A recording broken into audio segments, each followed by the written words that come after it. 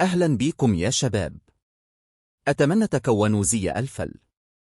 في فيديو النهاردة هوريكم بالخطوات إزاي تعمل مزامنة للأسماء أو جهات الاتصال لساعتكم سمارت باستخدام تطبيق لاكسس فيت من على الآيفون. في البداية أهم حاجة إن الساعة تكون مربوطة بالموبايل صح، ولو عندكم مشكلة اتأكدوا الأول إن البلوتوث شغال. نصيحة قبل ما نبدأ: لو جربتوا تربطوا الساعة قبل كده ومشتغلتش، ادخلوا على إعدادات البلوتوث في الآيفون وشوفوا الساعة في القائمة واختاروا فركات ديس ديفايس إلغاء حفظ الجهاز. دي خطوة مهمة جدا لأن ساعات التطبيق مش بيشوف الساعة لأنها متسيفة في بلوتوث الموبل منبر. لما نمسحها بنخلي الاتصال يرجع نضيف من جديد.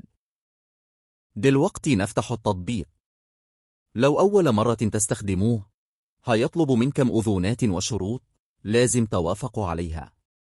روحوا لخانة يو أنا واختاروا كونكت ديفايس. أول ما الساعة تتربط الآيفون هيطلع لك رسالتين تأكيد للبلوتوث والإشعارات، لازم تدوس موافق على الاثنين.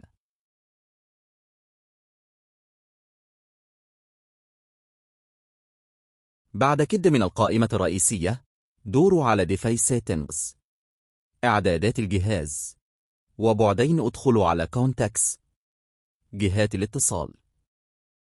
لما تدوسوا على العلامة اللي فوق على اليمين هتلقوا طريقتين: الأولى يدوي إنكم تكتبوا الاسم والرقم، والثانية إنكم تسحبوا الأسماء على الطل من موبايلكم إمبورت.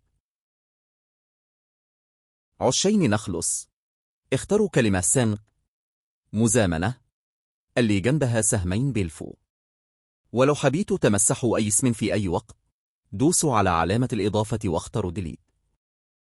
لو الفيديو ده نفعكم هكون شاكر جدا لو اشتركتوا في القناة وسبتوا كومنت. سلام ونشوفكم الفيديو الجاي.